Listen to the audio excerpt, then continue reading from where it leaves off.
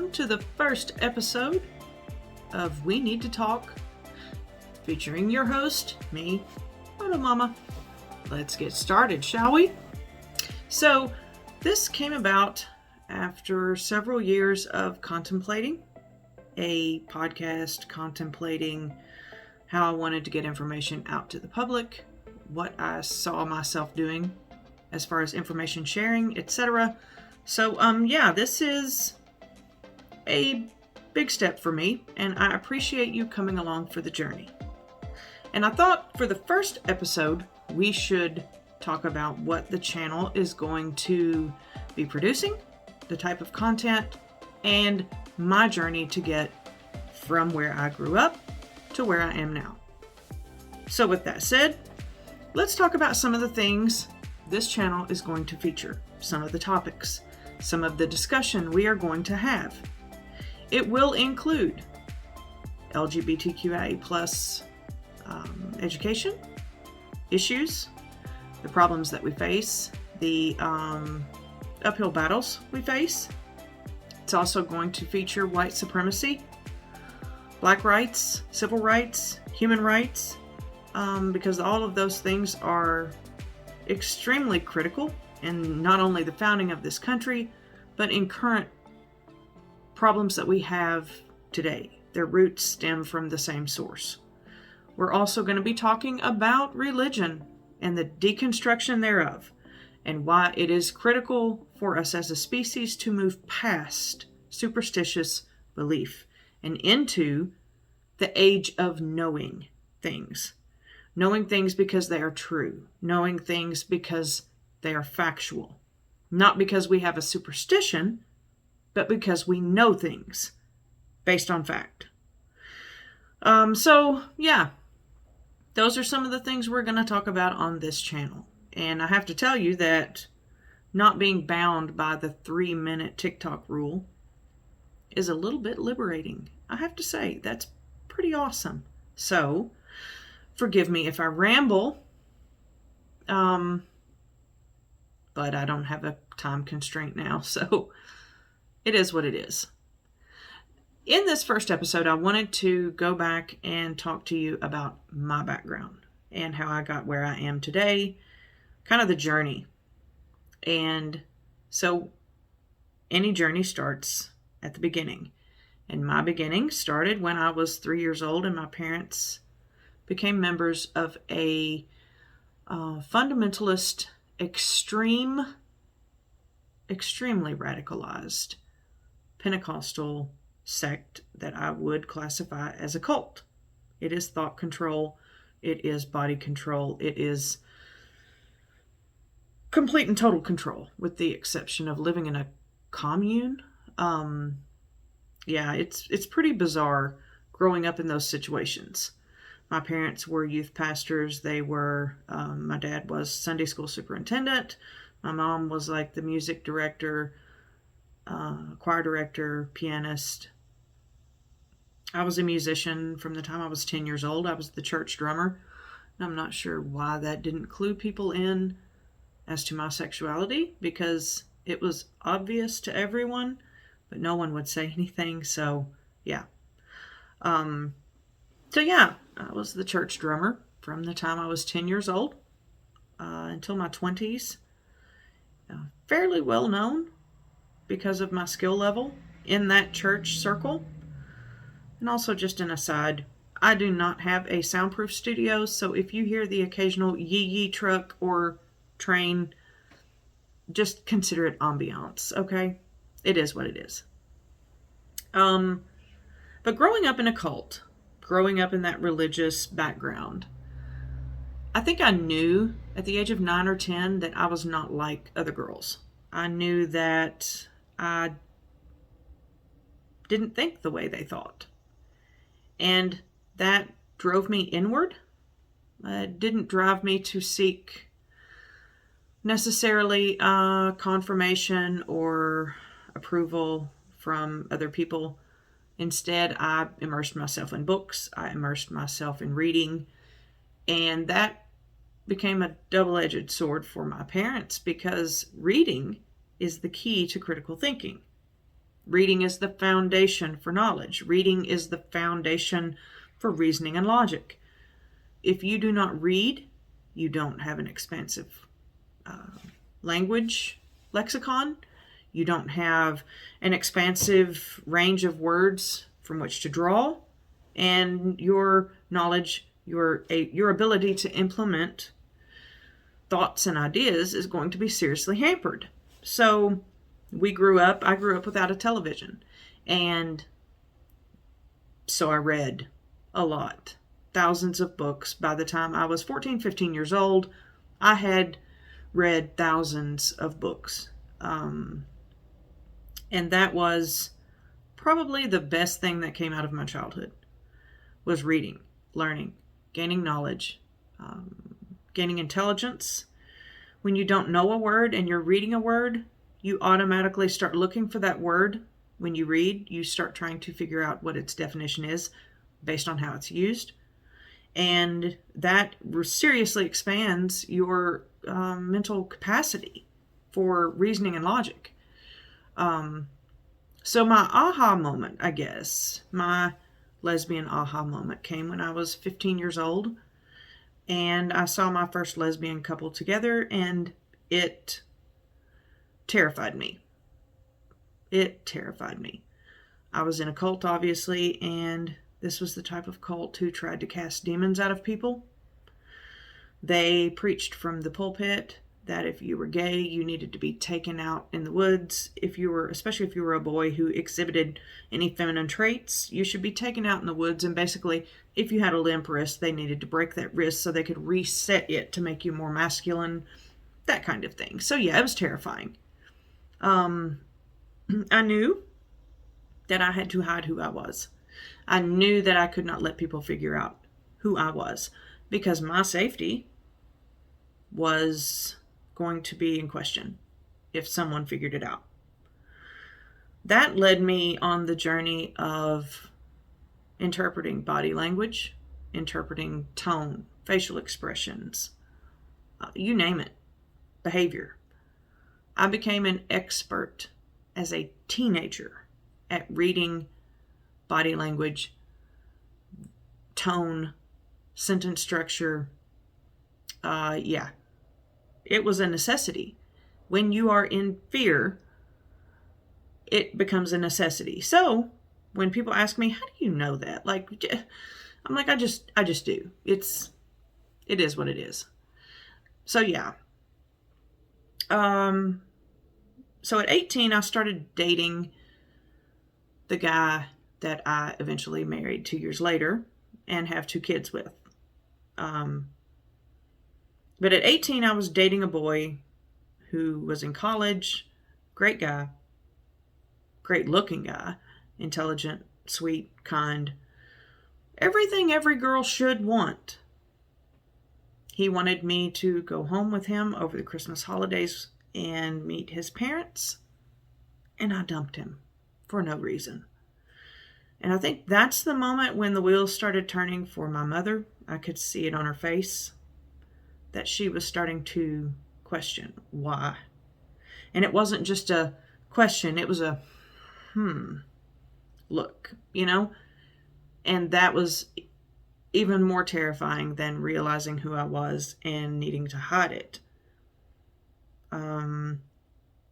After she started to connect the dots, so to speak, the guy that I married, I started dating a few months after that. And I understood at that point, at 18, I understood that I had to get married to a man, or I didn't know what was going to happen to me. So luckily for me, he and I were very good friends. We had a very good friendship. I cannot say that our marriage was great. In all honesty, if you were a man married to a lesbian who did not want you to touch her, that doesn't make for a good marriage. However, we do have 2 beautiful children who are now adults. And even though he and I are divorced, we get along great. And it did work out, so to speak, although it was a very painful 10 years of marriage. I think my low point happened about 8 years into the marriage. And I had realized a girl that I grew up with, who I found out later, before she died, I found out that she was living with her lesbian girlfriend, raising her son from her previous marriage, and she had come out. And she was killed in a tornado. And that kind of brought everything back to me, because she was my first lesbian experience. And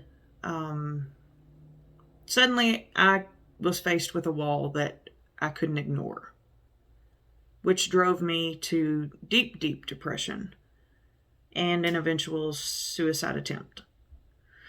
And I think the suicide attempt finally woke me up to realize you can't continue living like this, because it is not living. Living a lie is not living. You're just a shadow. And I was tired of living as a shadow and being miserable.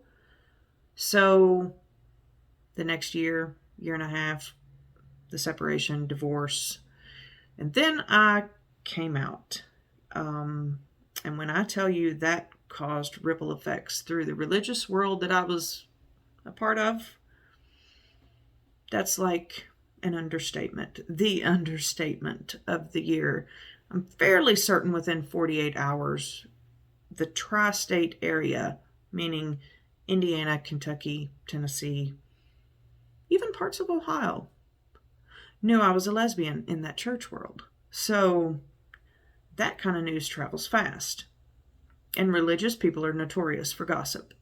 Yeah. So that's how I came out.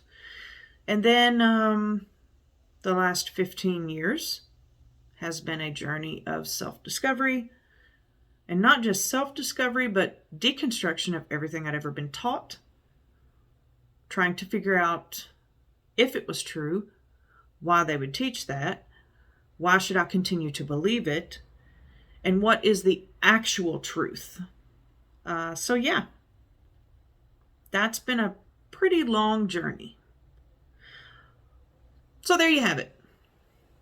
I'm currently single and have been for almost 5 years now, because I have been on a deep journey working on my own mental and emotional health, because being raised in that type of traumatic environment, there are a lot of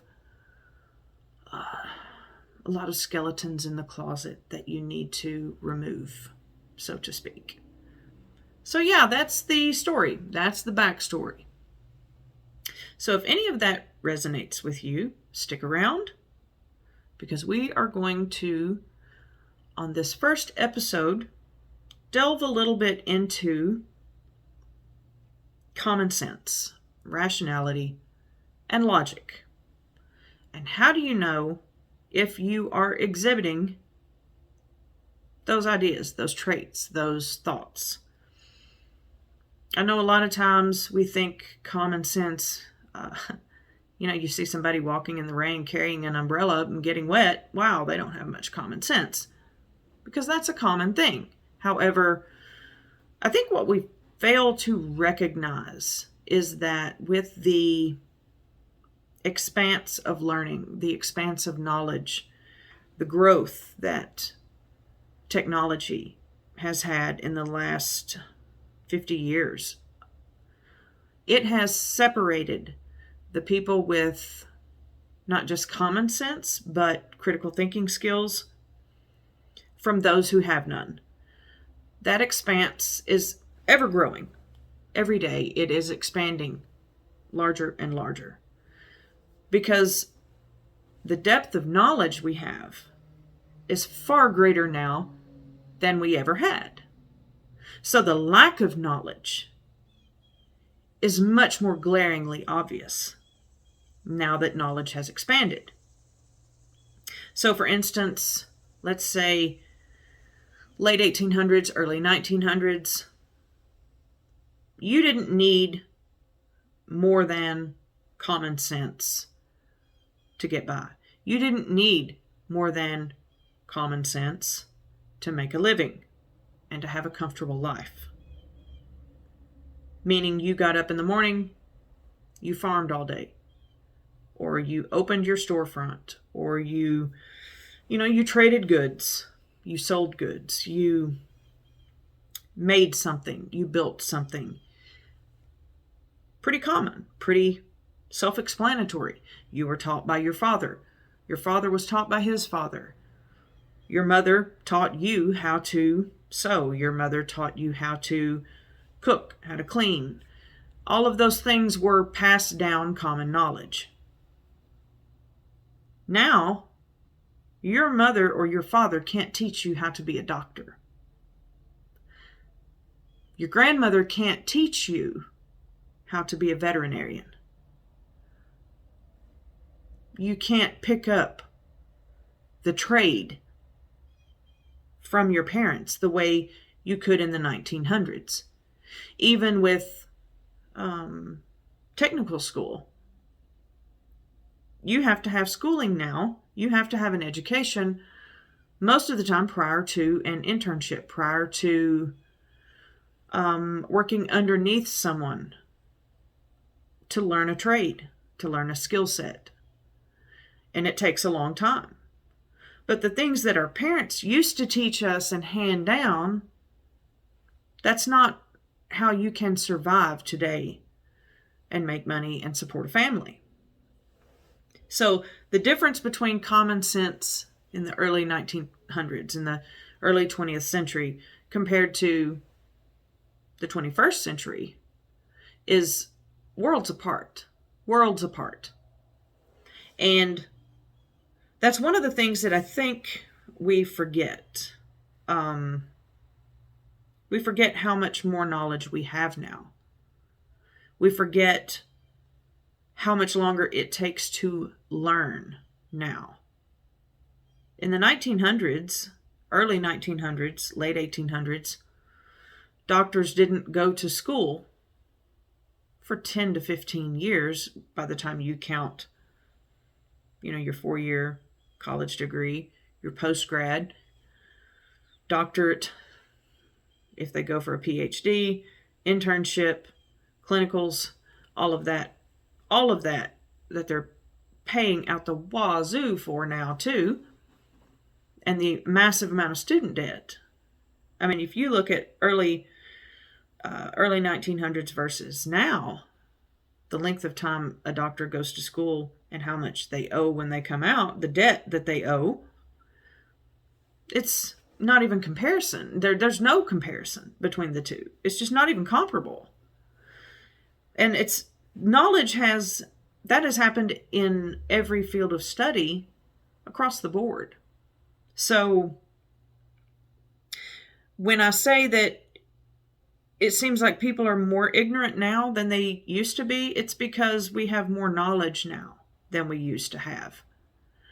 And that's why it makes superstition and religious belief and old wives' tales, karma,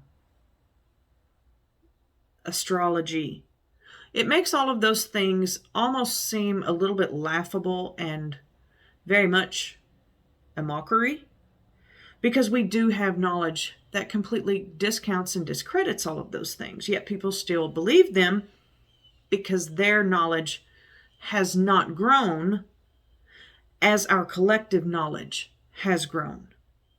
And I'm not sure if that makes sense, but that's just the way I see what is happening. I don't think it's that people are more stupid. I don't think it's that people are more ignorant. It's that we have more smart people who know more different, nuanced things. There is more knowledge to be had, and so people have gone out and attained that knowledge. Therefore, the people who don't have knowledge, when before they were considered, they're just down to earth. No, they're not just down to earth. They're willfully ignorant because the information is there and available if you choose to learn. The basis of all of that learning is reading, period. People want to know what the magic solution is to the lack of critical thinking, the lack of reasoning and logic. Reading during your formative years. That's the key. You're not going to teach an adult critical thinking skills without an extreme amount of college education and post-grad education. I don't know if you've noticed or not, and I keep getting these comments, especially on my TikTok videos. Well, I know someone who is educated, who voted for Trump, who believes blah, blah, blah. A 4-year degree, being educated, is not the same. It's not synonymous with critical thinking skills. I'm sorry, but in the United States, anyone who can get into college can get a 4-year degree. But if you'll notice, the further people go past that 4-year degree, the master's, PhD, all of those different levels above just your standard 2 or 4-year college degree, those people tend to be much more liberal. They tend to not vote Republican. They tend to have very good critical thinking skills because they have had extensive amounts of education to build that base, to build that learning block in them. If you don't have the basis of critical thinking, if you have never been a reader, if you have a very small lexicon of words that you can use upon demand, if you have never challenged anything you've ever believed, and if no one has ever challenged anything you've ever believed, if you've never studied anything that you believe outside of what you've been taught and how you have been taught it, then you have no critical thinking skills. Because critical thinking is brought about by challenge, using reasoning and logic, deep study, aka reading. There's a reason why I was able to walk away from the cult that I grew up in. Critical thinking. Critical thinking skills is what led me out of that. But also being honest with yourself is key. Even though I knew what I had been taught was wrong, walking away from it and being honest about the fact that I no longer believed it was terrifying. And a lot of people are just afraid to buck the norm. They are afraid to go against the system. They want to just be like everybody else in their circle. They are followers, not leaders. They are never going to blaze a path anywhere. They are always going to be following the path of someone else. And that is the way it is. For me, that wasn't enough. So when I say that you need to have a deep understanding and a deep desire to be honest with yourself, I really mean that. If you do not have the desire to believe as many truths as possible and reject as many falsehoods as possible, you're never going to get to the end result that you desire. You can have good beliefs. You can be kind to people. You can have empathy and compassion and not have a good foundation for those things, which means you can say, I believe in women's rights. I don't believe that they should be mandating and enacting these abortion laws, these heartbeat bills and all this stuff. But at the same time, you will say, well, I think the unvaccinated people should just go ahead and die. I don't think you can call yourself an empathetic or compassionate person if you can say those two things in the same breath. One of them is a good idea, but because it doesn't have a firm foundation, you come up with truly bizarre, horrible ideas like the second one. And I don't know if that makes sense, but that's the best way I know how to explain that. So, those are things that we will be diving into deeply, I hope, in the coming episodes. I didn't want this episode to be really, really long because I just kind of wanted to give you a foundation of where I come from and what I consider to be critical thinking and some of the things that are important to me. So with that said, thank you for coming to this talk. I'm glad we got to talk about this. And Moto Mama says, you guys stick around for the next episode.